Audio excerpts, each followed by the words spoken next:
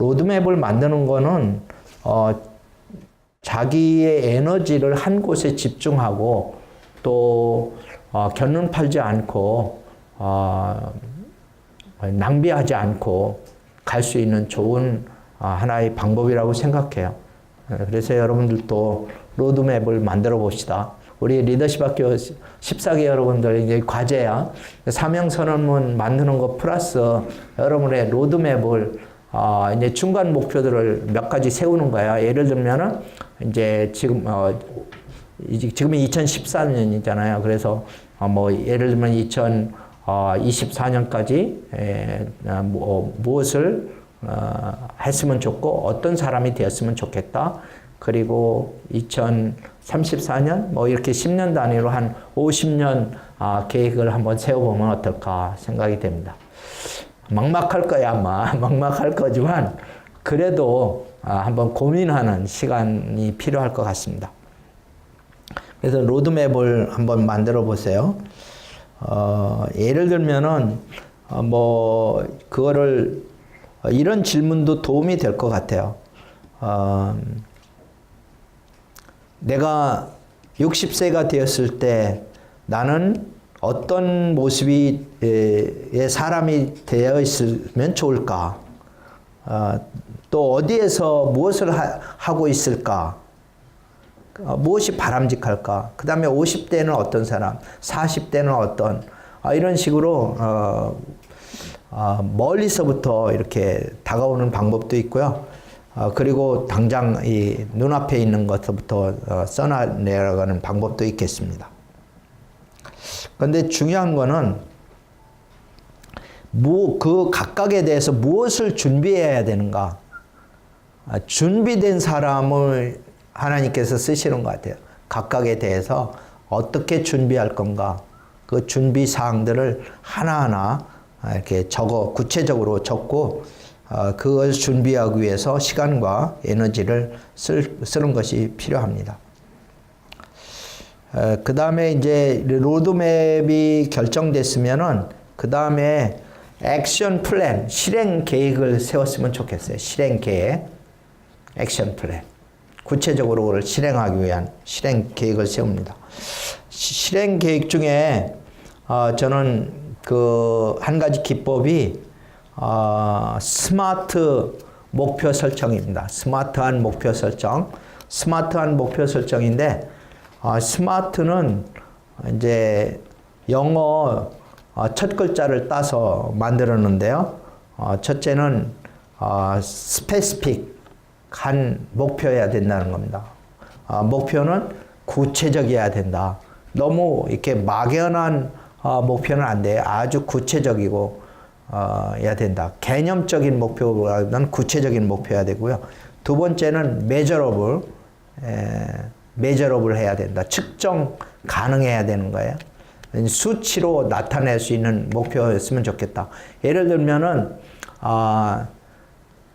토플을 뭐 몇 점을 언제까지 따겠다 하는 그런 목표를 구체적으로 쓰는 거예요. 측량 가능하지 않은 목표는 이 액션 플랜에 적합하지가 않아요. 액션을 위해서는 반드시 측정 가능한 목표를 세우는 게 좋습니다. 뭐 예를 들면 학과 성적을 이번에 모두 다 올 A를 맞겠다. 이런 목표를 한번 세우는 것 어떨지 모르겠어요. 제가 감사한 게 있는데요. 우리 리더십 학교 여러분들의 선배들은 리더십 학교 들어오고 난 다음에 다 성적이 올라갔습니다. 한 사람도 떨어진 사람이 없어요. 다 성적이 올라갔어요. 올라갔고 한 학기가 지난 다음에 저한테 와가지고 교수님 너무너무 기뻐할 일이 생겼어요 하면서 제가 장학금 받았어요. 그러는 학생들이 많아요. 여러분들도 선배들 따라가지고 다 여러분들이 이제 어떤 구체적인 어떤 학업 목표도 세우고 또 여러분들의 행동에 관련된 목표도 세우고 습관을 바꾸겠다고 하는 목표도 세우고 여러분들의 성품 가운데 이러한 성품은 변화해야 되겠다 하는 변화의 목표도 한 가지씩 두 가지씩 세워가지고 그 목표를 세웠으면 좋겠어요.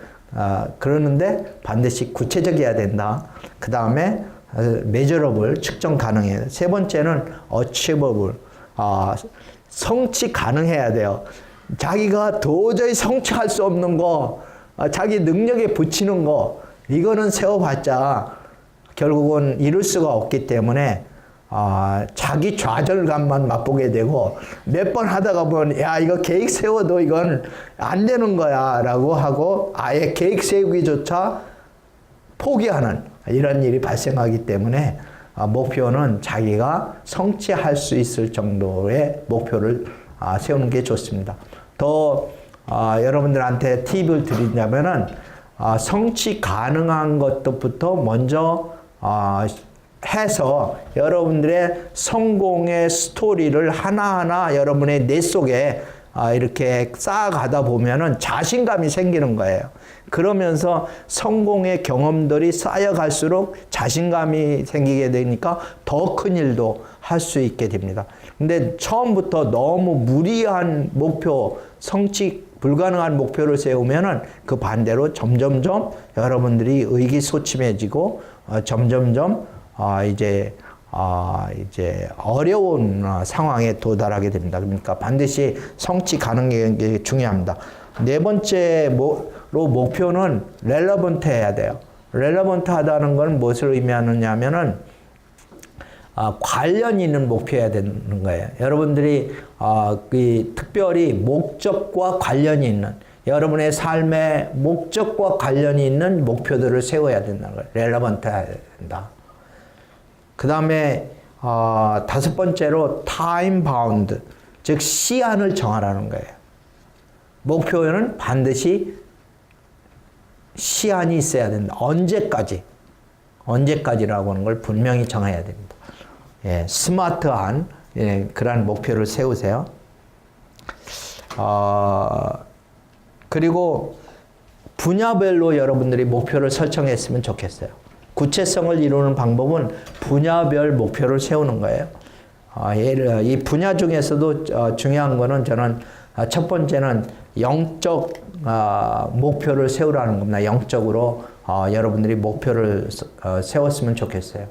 영적인 목표는 예를 들면 성경 읽기의 목표, 또 기도하는 목표, 또 큐티 목표, 개인 수련회를 가는 목표, 이런 것들이 있을 것 같아요. 근데 성경 읽기 여러분들이 얼마나 하는지 모르겠는데 여러분들 이제 성경 통독 같은 거 좋은 방법이 있으니까 통독 성경 같은 것도 있거든요. 그래서 통독 성경을 읽는다든지 아니면 성경 통독 세미나 같은 것을 듣는다든지 합숙 훈련도 있어요. 그래서 여러분들이 성경을 읽었으면 좋겠습니다. 저는 감사한 게 여러분만 할 때 청년 때 저를 전도했던 친구가 저에게 성경 읽기를 많이 강조를 했어요. 그래서 방학 동안에 예를 들면 성경을 일주일에 한 번씩 읽어라. 그러면은 방학 동안에 일주일에 한 번씩 읽으면은 한 달이면 4번 읽잖아요. 그러면 2달이면 8번 읽을 수가 있는 거예요. 방학 동안에 신약을 8번 읽을 수 있습니다. 충분히 여러분들. 성경 읽기를 하고 최근에도 저는 이제 아내하고 같이 성경 읽기를 작년에 했는데 작년 하반부에 성경 통독을 2번을 했어요. 아내하고 함께 창세기부터 요한계시록까지. 그래서 이게 둘이 같이 하면 참 좋더라고요. 혼자 하면은 이게 이제 잘 서로 이렇게 격려가 안 되는데 아내하고 하니까 격려가 되더라고요. 여러분도 친구하고 성경 읽기 친구를 만들어 가지고 성경 읽기 하면 좋을 것 같아요. 기도도 여러분들이 정해진 시간을 두고 기도하고 큐티 일기 쓰고 하는 게 좋습니다. 저는 큐티도 아내하고 같이 합니다. 뭔가 친구가 있으면 참 좋습니다. 수련회를 여러분들이 갈 수 있었으면 좋겠어요. 리트릿을 수련회를 가서 뭐 수양관들이 많이 있잖아요. 좋은 수양관, 믿을 만한 수양관에 가서 수련회를 하는 것이 영적으로 1년에 한두 차례씩 자기 자신을 돌아볼 수 있는, 온전히 예수님만 바라볼 수 있는 그런 시간 갖는 게 필요합니다. 신체적 목표, 이제 영적 목표뿐만 아니라 여러분들의 신체적 목표 상당히 중요하다고 생각해요. 그래서 신체적 목표 중에 저는 여러분들이 건강 관리를 잘해야 된다고 생각합니다.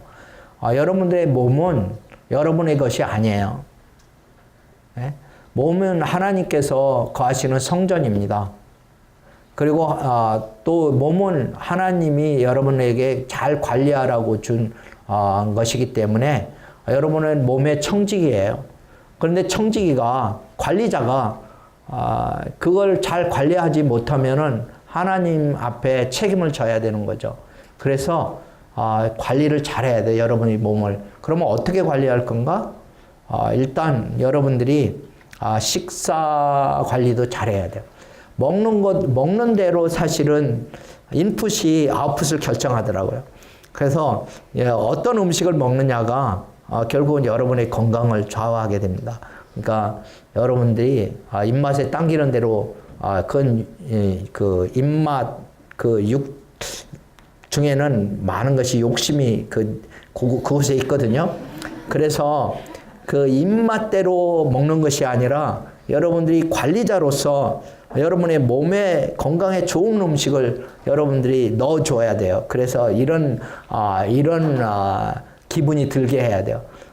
이건 비유적으로 얘기할 때, 어떤 음식을 먹었는데, 내 몸에, 세포들이, 또는 몸이, 기관들이, 주인님, 관리자님, 너무 감사해요. 내게 이렇게 좋은, 영양분을 이렇게 공급을 해 주시다니, 너무나 나는 주인님이 좋아요. 라고, 세포들이, 기관들이 얘기하는 것 같은, 그러한 모습으로 여러분들이 식사를 섭취하면 어떨까 이런 생각을 합니다. 여러분의 입맛에 따르지 말고 여러분이 건강에 관리하는 청지기로서 책임 있는 그러한 식사를 하는 게 중요합니다.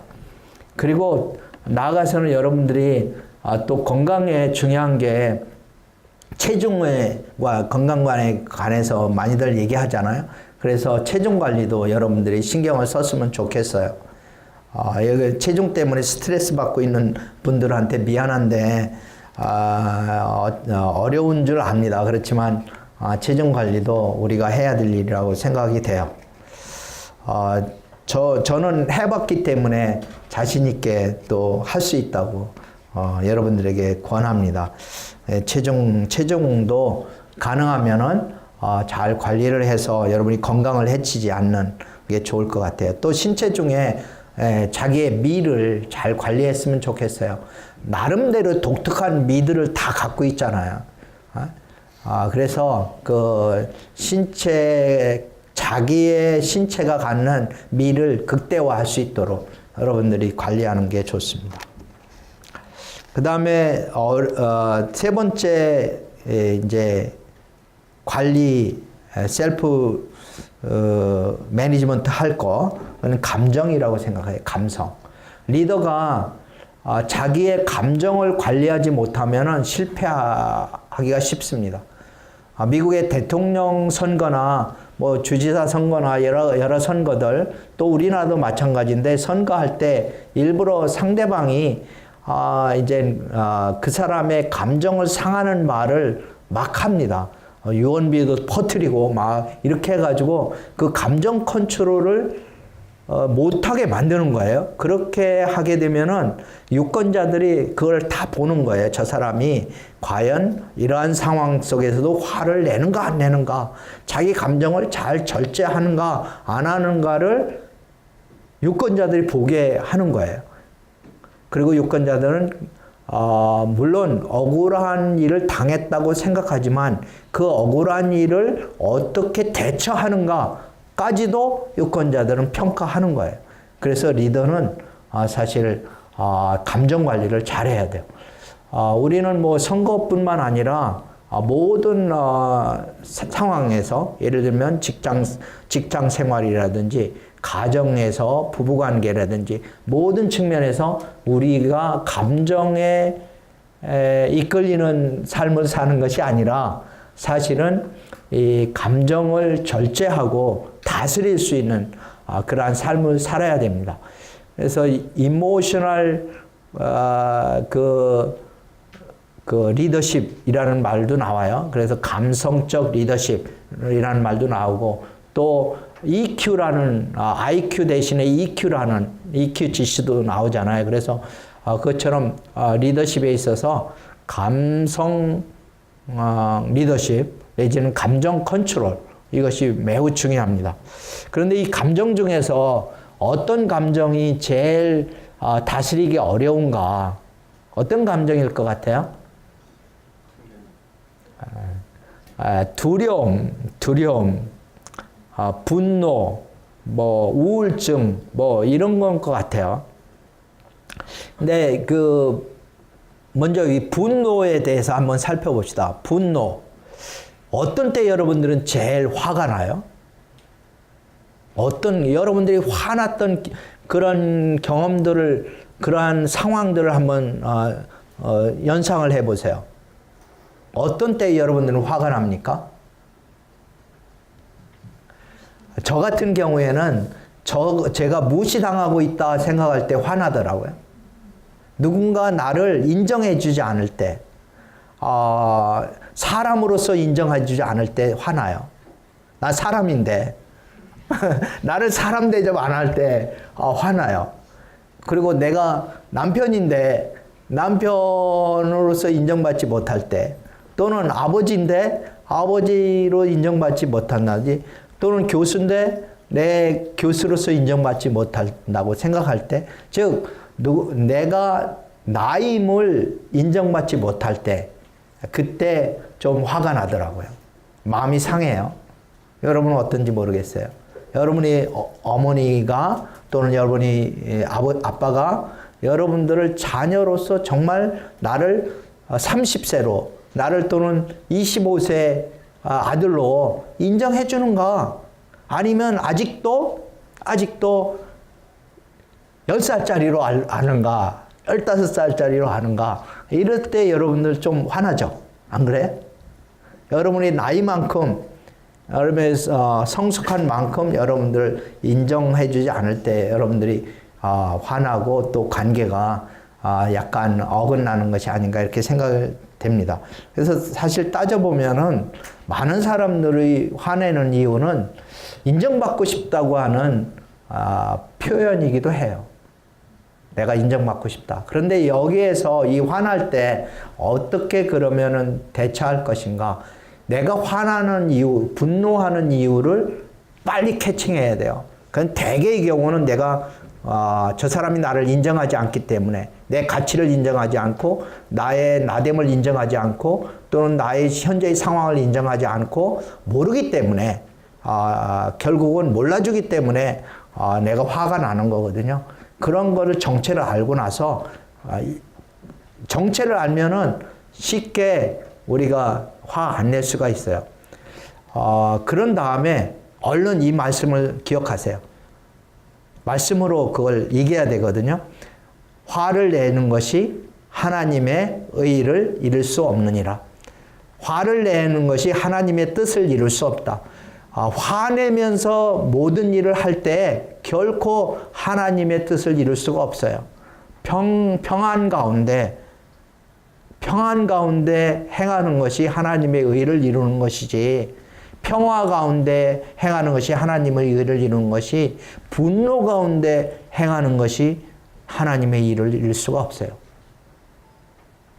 다툼과 하나님의 뜻, 분노와 하나님의 뜻, 이거는 양립하기가 어렵습니다. 물론 하나님도 때로는 분노하시고 진노하시는 분이시지만 오래 참으시는 하나님이세요. 그러니까 예수 그리스도께서 오래 참으신 것처럼, 하나님의 오래 참으신 것처럼 오래 참고 화를 내는 것이 하나님의 뜻을 이룰 수 없다는 사실을 늘 기억했으면 좋겠습니다. 그리고 두 번째는 이 말씀으로 그렇게 하고, 두 번째 또 생각하면 하나님은 나를 인정하신다. 화를 내는 것이 하나님의 의를 이룰 수 없느니라는 말씀으로 내 마음을 다스리는 것도 중요한데, 두 번째 더 나아가서 더 근본적으로 중요한 거는 자존감을 갖는 거예요. 이 자존감은 하나님으로부터 오는 것입니다. 하나님이 나를 인정하신다. 나를 어디까지 인정하시냐면 그 아들을, 예수 그리스도를 주시기까지 하나님은 나를 귀중한 보배 같은 존재로 여기신다는 사실을 늘 잊지 말아야 되는 거예요. 하나님은 나를 사랑하시되 그 아들 예수 그리스도를 주시기까지 사랑한다. 나는 하나님이 사랑하는 사람이야. 하나님이 목숨까지도 버리시는 그 나를 대신 산 사람이야. 라고 늘 자기 자신을 에게 말해야 되는 거예요. 그리고 마귀가 늘 와가지고 너는 쓸모없는 사람이야.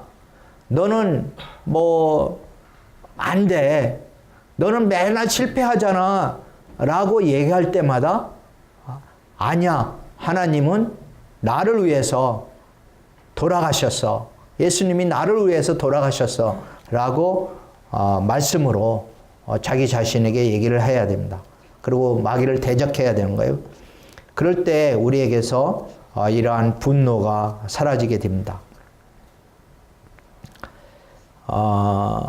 이 감정적인 이러한 관리에 있어서 이 분노도 우리를 때때로 이렇게 어렵게 만들지만, 두 번째 영역은 두려움인 것 같아요. 공포와 염려. 이런 마태복음에서 예수님께서 말씀을 많이 하셨는데, 이제 우리는 염려하지 않아야 될 많은 사항들을 염려하면서 살아가게 됩니다. 미리 내일 일을 오늘에 가져와가지고 염려하는 게 많아요. 저도 요즘 그러한 상황 가운데 좀 들어와 있는 것 같아서 이제 문제가 저에게 있는데, 은퇴 이후에 를 미리 막 걱정을 하는 거예요. 지금 걱정을 하는데, 특별히 은퇴 이후에 리더십 학교 강의 공간을 어디에서 하는 것이 좋을까? 이걸 가지고 막 염려하고 걱정하고, 그래서 사실 요즘 며칠 밤잠을 설치고 있습니다.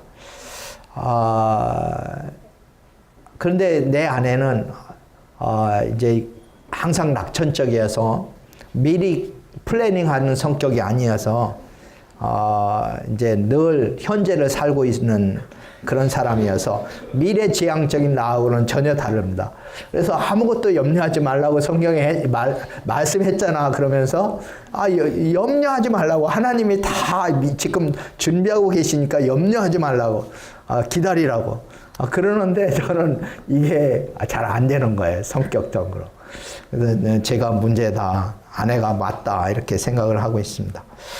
사실 우리가 염려를 분석을 해보면은 우리가 염려하지 않아야 될 많은 것들이고, 단지 미리 계획해야 될 일은 우리 인생에서 모든 염려 중에 10% 미만이라고 학자들은 얘기를 해요. 그래서 한 90% 이상이 사실은 염려하지 않아도 될 일들입니다. 들의 백합화를 보라.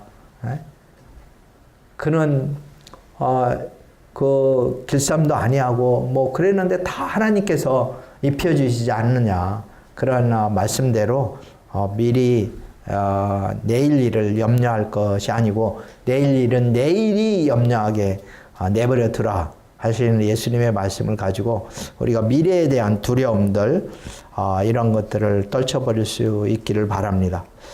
그 다음에 여러분들에게 권면하고 싶은 게 지적 목표를 세우라는 거예요. 반드시 지적 목표를 세워라. 지성적인 측면에서도 매우 중요한데, 여러분들이 독서 목표를 세웠으면 좋겠어요. 그래서 한국 리더십 학교는 필독서가 있죠. 그래서 일주일에 한 권씩 여러분들이 필독서를 읽고, 바라기는 여러분들이 졸업한 이후에도 이러한 습관을 계속 들여서 책 읽는 여러분이 되었으면 좋겠어요. 일주일에 한 권씩 책 읽으면은 1년에 50권은 읽을 수 있잖아요. 50권씩 읽어가면은 세상이 감당할 수 없는 사람들이 되리라고 저는 생각합니다. 책을 읽어야 돼요.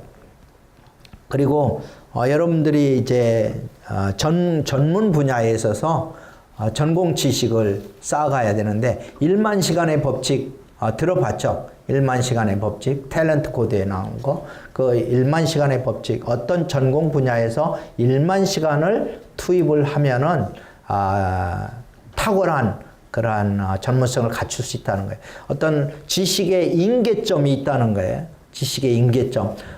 예를 들면 물이 100도가 되어서 끓는 것처럼 자기 전공 분야의 어떤 지식도 임계점을 돌파해야 된다는 거예요. 그러려면은 1만 시간을 투입을 해라. 여러분들이 전문성을 갖고자 하는 부분에서 1만 시간의 독서량이 필요합니다. 1만 시간의 독서량, 전공 지식 계속 해나가야 되고요. 리더십 학교에서 여러 가지 여러분들을 교육 훈련을 시키고 있는데, 예를 들면 여러분들이 스피치 훈련을 하잖아요. 5분 스피치 훈련을 하고요. 또 독서 훈련도 하고 또 발표 훈련도 하잖아요. 그리고 여러분들이 강의한 것들을 다 요약하는 훈련도 하잖아요. 책 읽는 것도 요약하는 훈련. 이것이 다 여러분들이 사회에 나가서도 다 쓸 수 있고 필요로 하는 그런 거기 때문에 훈련하는 거예요. 여러분들 괴롭히려고 그런 과제 내주는 거 절대 아니에요. 여러분들에게 반드시 필요하다고 생각해서 어떤 아주 두꺼운 책을 읽고 지식을 쌓는 것도 중요하지만 이 두꺼운 책을 컨셉별로 정리를 하는 이런 훈련은 여러분들이 회사에서나 또는 관공서나 어디에 가도 리포팅 할 때 요약해서 보고하라고 그래요. 두 가지씩 한 페이지 보고하라고 그래요. 이런 거 지금 다 훈련하는데 여러분들 선배들한테 물어보세요. 리더십 학교에서 훈련받은 것이 사회에 나가보니까 다 필요하더라. 다 쓰여지더라 하는 것을 고백을 하고 있거든요. 그래서 여러분들 지금 훈련 받는 거, 이거 왜 우리 교장 선생님 이런 훈련을 시키시는가? 이렇게 불평하지 마세요. 다 여러분들한테 유익하게 하기 위해서 훈련하는 겁니다. 지금 힘들죠? 좀 힘들죠? 책 읽는 것도 힘들고, 읽을 뿐만 아니라 그것도 요약해서 내라고 그러고, 강의 들었으면 됐지 또 강의 요약까지 내라고 그러고, 또 5분 스피치도 하라고 그러고, 여러 가지로 힘들겠지만 강한 훈련이 강한 사람을 만듭니다. 훈련을 강하게 받아야 되는 거예요. 할 수 있죠? 파이팅! 예. 이렇게 해서 이제 목표 액션 플랜을 세웠어요. 행동 목표들을 세웠습니다. 그 다음에 한 가지 해야 될 일이 있어요. practice. 계속해서 이제 연습하고 반복해야 됩니다. 근데 이 훈련, 연습, 반복적 훈련 중에서 4가지를 여러분들에게 특별히 강조하고 싶어요. 그래서 여러분들이 반복 훈련을 통해서 습관화되었으면 좋겠다 하는 것입니다. 첫째는 여러분들이 기도를 반복적으로 했으면 좋겠다. 사실 매일매일 기도를 해야 되죠. 성경은 이 기도에 대해서 사실 쉬지 말고 기도하라고 말씀하고 있죠. 저는 이 기도 중에서 여러분들에게 이제 어드바이스, 권면해주고 싶은 기도 방식이 있는데요. 기도 중에 특별히 묻는 기도를 많이 했으면 좋겠다. 그러니까 질문형 기도를 많이 했으면 좋겠다고 생각해요. 뭔가 하나님 앞에 간구하는 기도 형태도 있을 수가 있습니다. 뭐 해주세요, 해주세요. 요청하는 기도가 있을 수 있는데, 그러한 기도보다는 하나님의 뜻이 어디 있는지 분별하기 위해서 묻는 기도, 질문하는 기도를 많이 하면 좋겠다. 특별히 여러분 나이 때 그래요. 그래서 질문을 많이 해야 됩니다. 올바른 질문을 하면 올바른 답을 얻을 수가 있어요. 그러면 어떻게 하나님 앞에 올바른 질문을 할까요? 그거는 성경을 읽으면서 성경을 가지고 질문을 하는 겁니다. 예를 들면 이거예요. 뜻이 하늘에서 이루어진 것 같이 땅에서도 이루어지이다 주기도문을 했어요. 그러면 그것이 무엇을 의미합니까? 질문을 하는 거예요. 뜻은 무슨 뜻입니까? 하늘의 뜻은 무엇이고 땅에 이루어지는 뜻은 무엇입니까? 이런 식으로 질문형 기도를 하라. 하나님의 뜻을 분별하기 위해서 질문을 하라.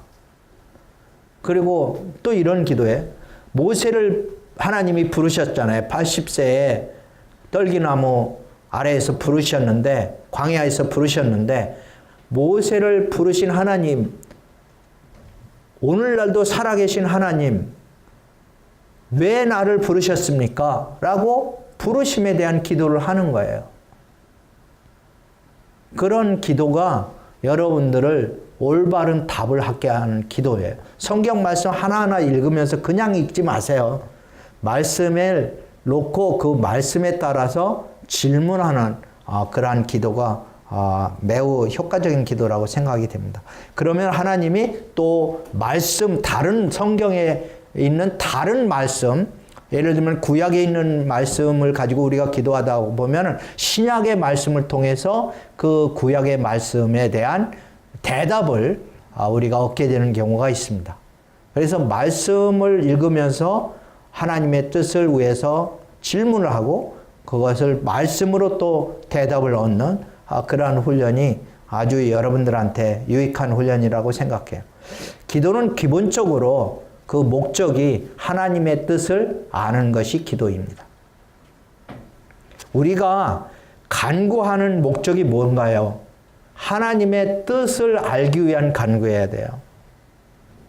무엇을 달라고 할 때 하나님의 뜻대로 기도하면 반드시 하나님께서 이루어 주신다고 약속하셨기 때문에 우리의 기도의 궁극적인 목표는 하나님의 뜻을 아는 것이에요. 그러면 하나님의 뜻을 알려면 반드시 질문을 해야 되고 또 성경에 따라서 질문하는 것이 가장 효과적인 기도다. 저는 그렇게 생각해요. 두 번째, 여러분들에게 이제 훈련해야 될 영역은 여러분의 육체를 제어하는 훈련을, 절제하는 훈련이 필요한데요. 육체를 다스리는 훈련이 필요한데, 이 육체를 다스리는 훈련 중에 제일 효과적인 거는 저는 금식이라고 생각합니다. 예수님도 사역하시기 전에 40일 동안 금식을 하셨어요. 모세도 금식을 했습니다. 그래서 우리가 어떤 일을 하든지 간에 여러분들이 금식을 하는 훈련을 했으면 좋겠어요. 여러분들 금식 한 번 이상이라도 해본 사람 한번 손 들어보세요. 나는 금식을 한 적이 있다. 예, 기도 하나님 앞에 나가서 금식한 적이 있다. 예, 거의 많은 학생들이 다 금식을 했는데요. 금식하는 게 상당히 어렵습니다.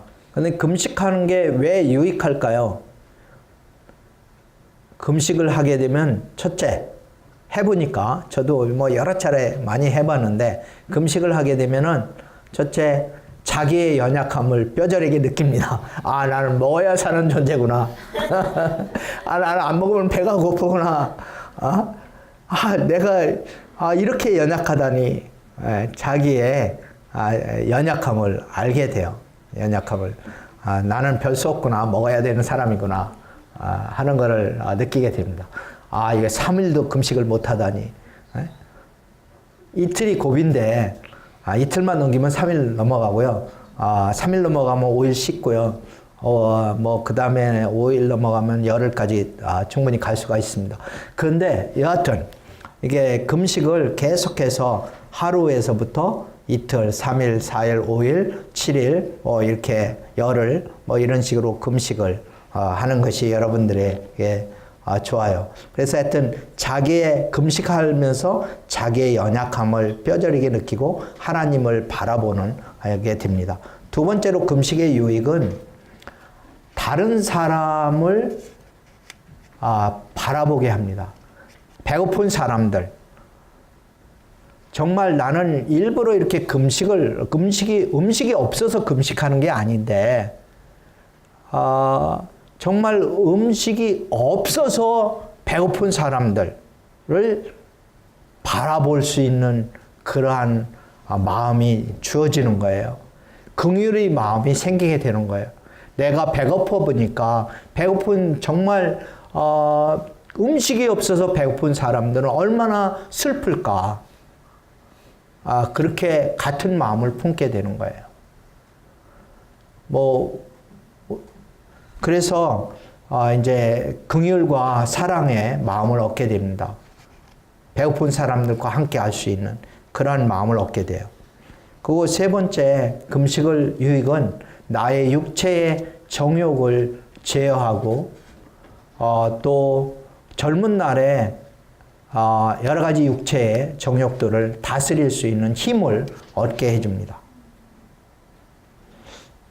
금식은 매우 또 네 번째는 우리의 영혼을 깨끗하게 해줘요. 정욕을 이렇게 다스리게 되면 우리 영이 맑아져가지고 아주 깨끗해집니다. 다섯 번째 유익은 건강에도 도움이 돼요. 우리의 모든 쌓여있던 음식으로 말미암아 쌓여있던 독소들이 다 이렇게 깨끗하게 사라져갑니다. 그래서 금식이 너무나 많이 유익하니까요. 여러분들 금식 했으면 좋겠습니다. 각자 알아서 건강 형편에 따라서 금식을 하는데 저는 이제 참고로 저는 여러분만을 나이대에 일주일에 한 달에 3일씩 금식을 했고요. 꼬박꼬박 매월 1, 2, 3일을 금식을 했습니다. 11조를 드린다는 마음으로 내 생명의 11조를 드리자. 생명의 11조를 드리자는 마음으로 30일 중에 3일을 온전히 이제 금식을 하면서 물만 먹고 금식을 하면서 10년 이상을 그렇게 금식을 했었습니다. 그러니까 여러분들도 한번 해보세요. 한 10년만 매달 3일씩 하든지 아니면은 그게 너무 벅차다 그러면은 매달 이틀씩 하든지 그런데 꾸준히 하는 게 중요해요. 10년을 하루같이 이렇게 하는 게 중요합니다. 이 엄청난 능력이 생기게 돼요. 자기 절제 능력이 생기게 됩니다. 한번 해보세요. 너무 좋아요. 그 다음에 세 번째, 여러분들이 전도, 말씀을 전하는 일을 습관화했으면 좋겠어요. 때를 얻든지 못 얻든지 어떤 장소에 가든지 예수 그리스도가 주시다. 예수는 그리스도시다. 예수님이 어떻게 내게 찾아오셨고 어떻게 나와 함께 하시고 지금의 나를 만들어가고 계시는가에 대해서 여러분들이 경험한 예수님, 만난 예수님, 여러분과 함께하는 예수님을 늘 전하는 그러한 전도의 삶을 살았으면 좋겠습니다.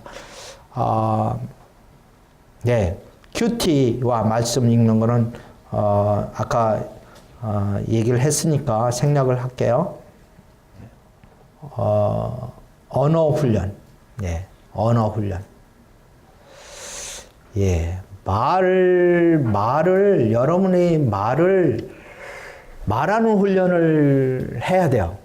왜 말이 중요한가? 말의 중요성. 성경에 보면은 이런 말씀이 있습니다. 잠언서 18장 2절. 죽고 사는 것이 혀의 권세에 달렸나니 혀를 쓰기 좋아하는 자는 그 열매를 먹으리라. 죽고 사는 것이 혀에 달려있다. 말에 달려있다는 거예요. 죽고 사는 것이 말에 달려있다. 또 잠언서 20장 15절에는 세상에 금도 있고 진주도 많거니와 지혜로운 입술이 더욱 귀한 보배니라. 지혜로운 입술이 더욱 귀한 보배다. 금보다도 은보다도 돈보다도 뭐가 더 귀한 보배냐? 지혜로운 말을 하는 사람. 이 사람이 보배로운 사람이라는 거예요. 지혜로운 말을 하는 사람. 그러니까 여러분들은 이런 사람을 친구로 가지는 것도 중요하고 또 여러분 자신이 그런 사람이 되는 게 중요한 거예요. 말이 사람을 살릴 수도 있고 죽일 수도 있습니다. 또 말이 얼만큼 중요하냐면은 제가 말에 대해서 묵상한 건데요. 첫째는 하나님이 천지와 만물을 말씀으로, 즉 말로, 하나님의 말로 창조하셨어요. 빛이 있으라 하심에 빛이 있었어요. 다 말씀으로 천지와 만물을 창조하셨어요. 그리고 예수님도 말씀이 육신이 되어 이 땅에 오신 분이에요. 모든 구원의 근원이 말씀에 있습니다. 성령님도 말씀이 없이는 행동하지 있는데 제약을 받으세요. 말씀의 검 곧 하나님의 성령의 검 곧 하나님의 말씀을 가지라 덧입으라. 그래서 우리가 성령께서 역사하시도록 하려면은 말씀이 필요한 거예요. 또 사람도 말씀으로 지음 받았어요. 또 한 가지, 하나님께서 이제 사람들이 교만해졌을 때 바벨탑을 쌓고 하나님과 대적할 정도로 교만해졌을 때 하나님께서 하신 일이 말을 혼잡게 해서 서로 통하지 않게 만들어 주셨어요. 그래서 말이 통하지 않는 거, 그거는 하나님께서 이렇게 인간의 교만을 대한 징벌이었습니다. 그런데 성령께서, 신약에 오면 성령께서 제자들에게 임하신 다음에 첫 번째 나타났던 놀라운 기적적인 역사가 예루살렘에 예배하러 왔던 모든 각 족속들이 각각 자기의 말로 듣는 이러한 방언과 방언 통역의 역사가 일어난 거예요. 그걸 보면서 하나님께서 성령으로 말미암아서, 성령 강림함으로 말미암아서 나타난 첫 번째 표적도 역시 말의 소통에 있었다 하는 것을 보게 됩니다. 그래서 말이 그만큼 중요한 거예요. 또 이 말이 어떻게 하면 우리가 이 말에 이제 잘하는 지혜로운 자가 될 수 있을까? 그것을 할 때 이제 무슨 말을 할 것인가를 생각하는데, 잠언서에 저는 여러분들이 잠언서를 많이 읽었으면 하고 권합니다. 잠언서에 말에 대한 구절들이 너무나 많아요. 일단 여러분들이 이제 이게 숙제는 아닌데 권해 주는데, 잠언서를 하나하나 찾아 읽으면서 그냥 속독을 하세요. 그러면서 말에 대한 것만 다 색깔로 칠해 보세요. 이거는 말에 대한 거다. 그리고 칠한 다음에 그것만 정독을 하세요. 말에 대한 거. 그리고 그것을 여러분들이 한번 써보세요. 그러면 매우 놀라운 일을 발견할 거예요. 그러니까 말이 이렇게 중요하고 어떤 말을 해야 되고 어떤 말은 하지 말아야 되는 거구나 하는 것을 발견하게 될 것입니다.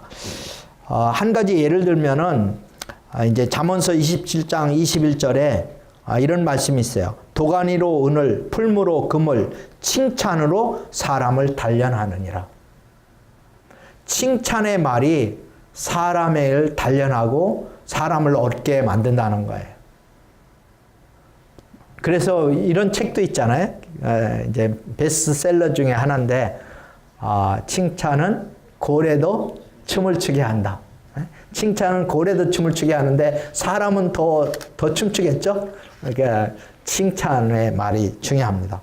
근데 이렇게 그런데 해서는 안 되는 말이 있어요. 성경에 야고보서 4장 11절에 보면 형제들아 서로 비방하지 말라. 형제를 비방하는 자나 형제를 판단하는 자는 곧 율법을 비방하고 율법을 판단하는 것이라. 또 마태복음 5장 22절에 보면 형제에게 노하는 자마다 심판을 받게 되고 형제를 대하여 라가라 하는 자는 공회에 잡혀가게 되고 미련한 놈이라 하는 자는 지옥불에 들어가게 되리라. 너무나 무서운 말씀이죠. 형제를 미련한 놈이다. 이거는 무슨 얘기예요? 너 같은 녀석 쓸모없어. 넌 쓸데없는 사람이야 라고 인정하지 않는 거예요. 그 존재 자체를. 그렇게 되면은 그 존재를 인정하지 않는 사람은 지옥불에 떨어진다 하는 거예요.